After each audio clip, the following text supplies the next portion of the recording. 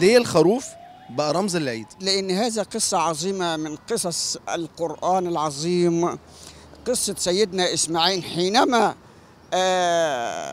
أبوه سيدنا إبراهيم رأى في المنام إنه هيذبح سيدنا إسماعيل بدل ما يذبح ابنه. راح ربنا سبحانه وتعالى نزل الكبش ده فدا على سيدنا إسماعيل. في الوقت دون اللي هو مناسك الحج ظهرت، وهي دي المناسبة اللي حصل فيها موضوع ذبح الخروف. ليه الخروف رمز العيد؟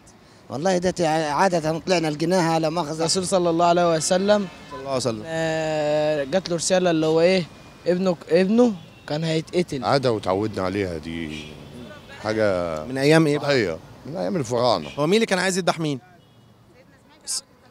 مين يا حاجة؟ سيدنا اسماعيل كان عاوز يذبح ابنه. الله اكبر عليك. سيدنا إسماعيل أيوه كان عايز يذبح ابنه فعلا. تمشي وراه. جات له ايه رسالة قبلها بيوم ان هو بدل ما يذبح ابنه يذبح مكانه ايه؟ يذبح مكانه خروف او اي حاجة. الخروف رمز العيد بجد؟ والله ما اعرف. والله ما تعرف؟ عندك كام سنة؟ 18. ايه كام ركعة بقى؟ ليه ركعتين؟ حضرتك بتصلي ايه كل سنة؟ كل سنه. ايه كام ركعة؟ بتاع 12 ركعه. ركعتين. 4 ركعات. ركعتين. 3 4 ركعات. ركعتين. 4 ركعات. ركعتين. 4. صلاة العيد 7 ركعات. 4. في كام تكبيرة في العيد؟ الركعة الأولى 7 والثانية 5. فيها 10 تكبيرات. والثانية؟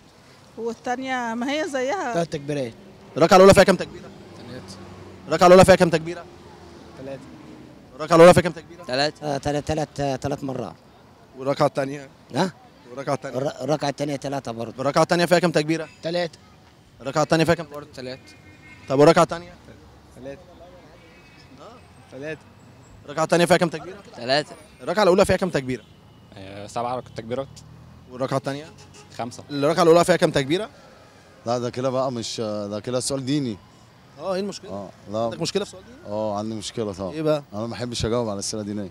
بجد والله؟ طب هي الركعة الأولى الركعة الأولى فيها كام تكبيرة؟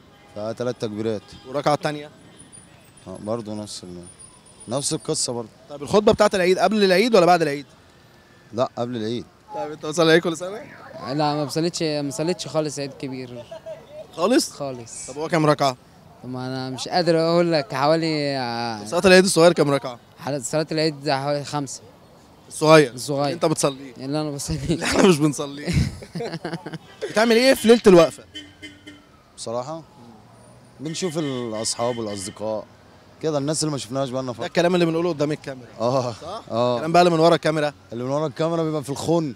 قناة ايه او طب يعني برنامج ايه او حاجه؟ حضرتك دوت مصر. صوت مصر؟ لا دوت مصر. زوت مصر. دوت مصر. لا هو في صوت مصر اللي هي العمايمي دي اللي بنشوفها. لا احنا بقى دوت مصر.